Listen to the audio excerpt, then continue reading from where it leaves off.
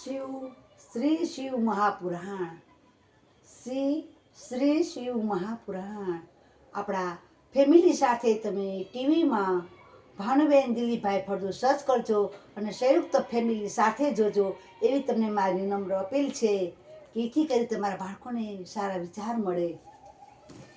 આપણે પહેલાં પ્રભુને યાદ કરશું, હરિને યાદ કરશું. જો એ આપણા અંદર હરિ હશે તો જ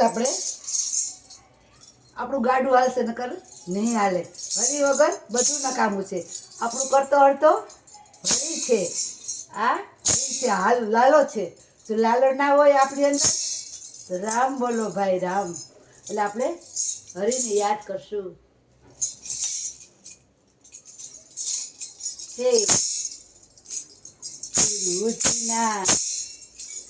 ગુરુજીના નામની હો માળા છે જોકમાં.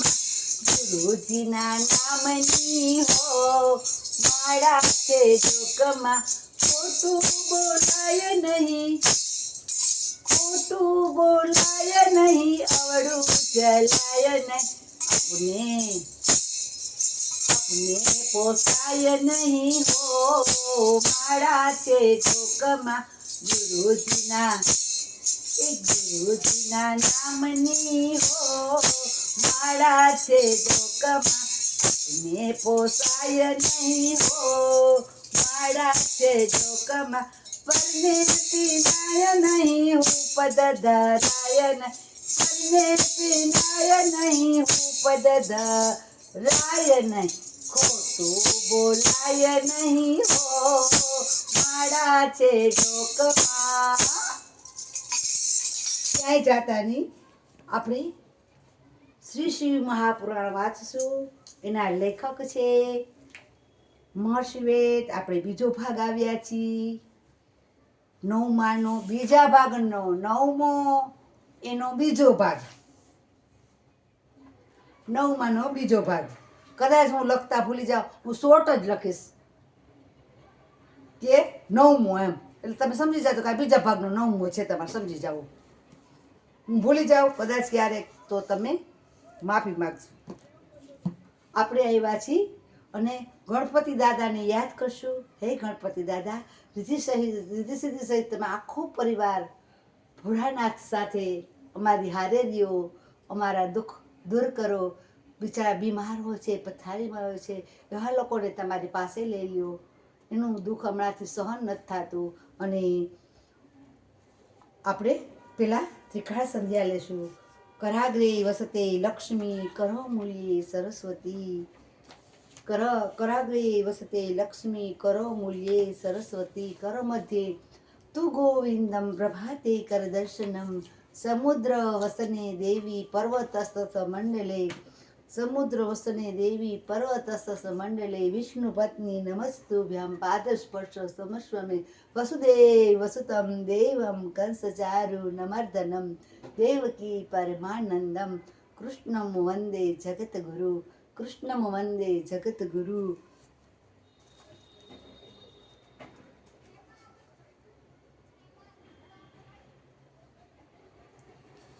આપણે આવ્યા છીએ બીજાનો નવમો ભાગનો બીજો. હું કદાચ લખતા ભૂલી જાઉં, હું શોર્ટમાં જ લખીશ કે શિવ શિવ મહાપુરાણ. તમે સમજી જાજો. હું આમાં બોલું એટલે તમે સમજાઈ જશે. લક્ષ્મી વિષ્ણુની સાથે તથા મારા અંશ રુદ્રની ત્રીજી શક્તિ કાલી અને પત્ની રૂપે સાથે રહેશે. એક લીટી આગળ બોલી છું. પત્ની રૂપ સાથે રહેશે. કાલીનો આશ્રય લઈ રુદ્ર રૂપે હું જ સૃષ્ટિનો પ્રલય કરીશ. એટલે કે બધા જ વિષ્ણુ પણ મારા જ અંશ હશે અને તેઓ વચ્ચે અંતર જ જાણનારા મારા પરમ ભક્ત છે. એ મારા પરમ ભક્ત છે. જો કેવું સરસ કે છે. અને શ્રીજી વિષ્ણુને અનેક અવતાર ધારી અને જીવોને કલ્યાણકારી અને પોતાનો કીર્તિ વધારનાર તરીકે આશીર્વાદ આદેશ કર્યો. આશીર્વાદ આદેશ કર્યો. અંતે સંકટ સમયે લિંગ પૂજા કરવા પર સહાય થવાનું આશ્વાસન આપ્યું. લિંગની પૂજા કરવાનું સહાય થવાનું આશ્વાસન આપ્યું. શિવનું સાનિધ્ય સર્વ દુઃખોનું નિવારણ કરવો અને પાપોનો નાશ કરી મુક્તિ આપશે એમ વર્ણવ્યું છે. હું જ બ્રહ્મા અને વિષ્ણુ અને મહેશ એમ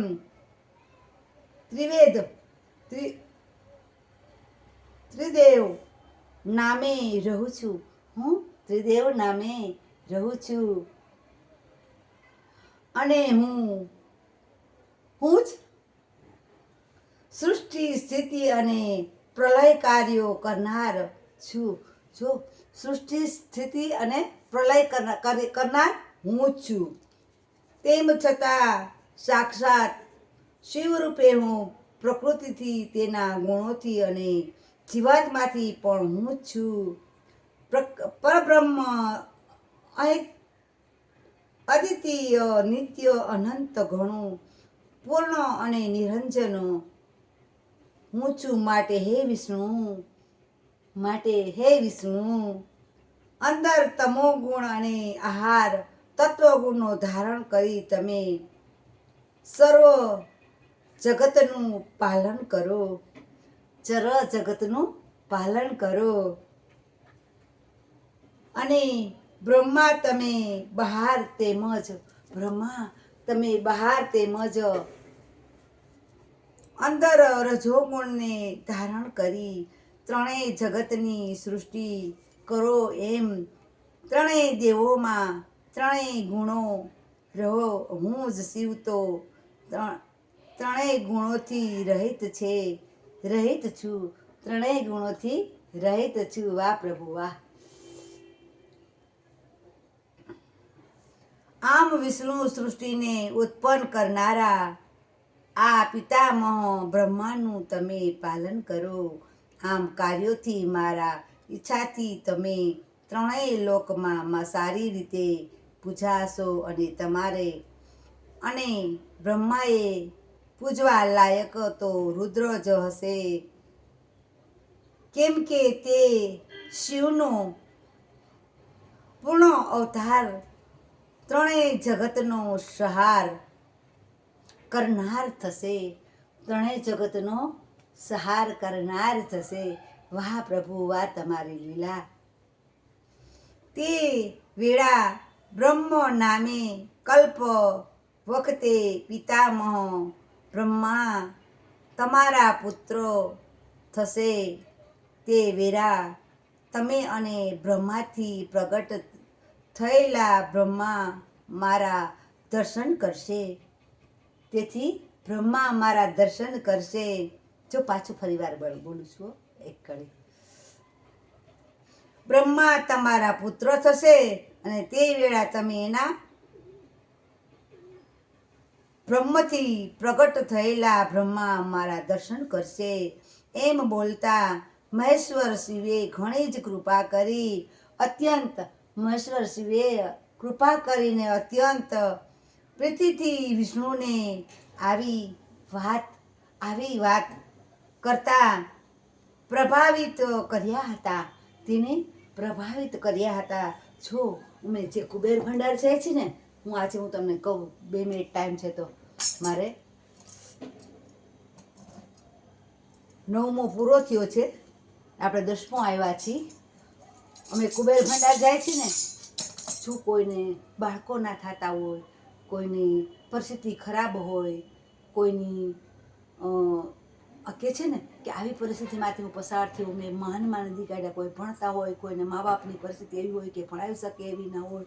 ક્યારેક એ લોકો એટલા ઘેરાઈ જાય છે કે ઘરમાં એને કેમ કામ કરવું, શું ક્યાં કામે જવું, હાથ પગ હાલતા હોય, પણ જો મગજ કામ ના કરે તો ક્યારેય આપણી પરિસ્થિતિ ખરાબ હોય તો આપણે ક્યાં રસ્તે જવું, ક્યાં રસ્તે ના જવું એ આપણને ખબર નથી પડતી. તો અમે કુબેર ભંડાર જાય છીએ, ત્યાં તમારા હરેક કામનું નિવારણ તમને હરેક કામ બાળકો ના થતા હોય એવા લોકોને બાળકો આપે છે, મૂંગા હોય એને બોલતા કરી દે છે, પરિસ્થિતિ જેની ખરાબ હોય એના પર હરેક પ્રશ્નો સોલ્વ થાય છે. તમે 5 અમાસ માનજો અને એમ કહેજો, હે કુબેર દાદા, મારા આ પ્રશ્નો હું આમાંથી પસાર થઈ જાઉં તો હું તમારા 5 અમાસ ભરીશ. અને કદાચ એ અમાસ પછી ચાલુ નહીં કરવાની, તમારે પહેલાં ચાલુ કરી દેવાની કે હે દાદા, મને હું આ 5 અમાસ ભરું છું તો મને તમે મારા દુઃખમાંથી, દરિદ્રમાંથી બહાર કરજો. જે કુબેર દાદા છે ને, એ કુબેર દાદા એક શિવલિંગ જ છે, મહાદેવનું શિવલિંગ છે.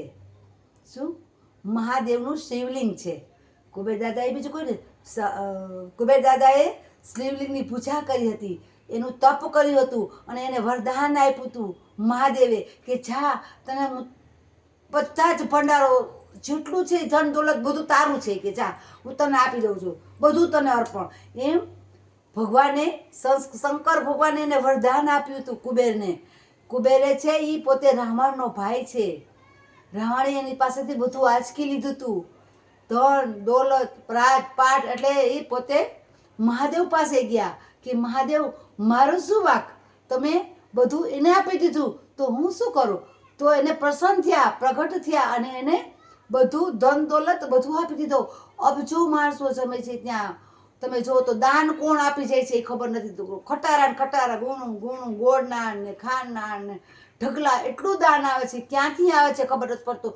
અને રૂમમાં એમને ગોળ ને ખાંડ ને ઘીના ઓલા ગુણું ભર્યું હોય, ક્યાંય તમને એક કીડી જોવા ના મળે. એટલું એનું સત્ય છે. આપણા ઘરમાં ક્યાંક જરાક ખાંડ એક વેરાઈ ગઈ હોય ને, એક દાણો, તો કીડી ન્યા હોયથી ના હોય ત્યાંથી ધણ આવી પડે. જો આ એનું સત્ય છે. અને અબજો માણસો જમે છે. તમે જે કાંઈ તમારી તૃષ્ણા કરશો, બાળકો નહીં હોય એ લોકોને બાળકો પણ આપે છે. દાદા જે કાંઈ તમે માગો એ તમને બધું જ આપે છે. દાદા તો આટલું માગો ને તો આટલું આપે. દાદા તો પ્રેમ ને ભાવના ભૂખ્યા છે. તમે એકવાર એના ચરણે જાઓ અને પછી મને કહેજો કે ના ભાનુબેન શું કહેતા હતા, આપણે 8મો અધ્યાય પૂરો થયો છે, 9મો અધ્યાય પૂરો કર્યો છે, 10મો આવ્યા છીએ અને 2 ભાગ હતા એ 2 ભાગ પૂરા થઈ ગયા છે. તો મારા મિત્રોને મારી નમ્ર અપીલ છે કે તમે ખાસ ને ખાસ જાજો, લાઈક ના કરો તો કાંઈ નહીં, શેર ના કરો તો કાંઈ નહીં, સબસ્ક્રાઈબ ના કરો તો કાંઈ નહીં. તમે ફેમિલીમાં ખાસ ખાસ ખાસ જજો અને ભાનુબેન દિલીપભાઈ ફળદુ સર્ચ કરજો. અને ટીવીમાં જો તો મોબાઈલ ચાલતો ના હોય તો ટીવીમાં તમે જોઈ શકો છો, એવી મારી અપીલ છે.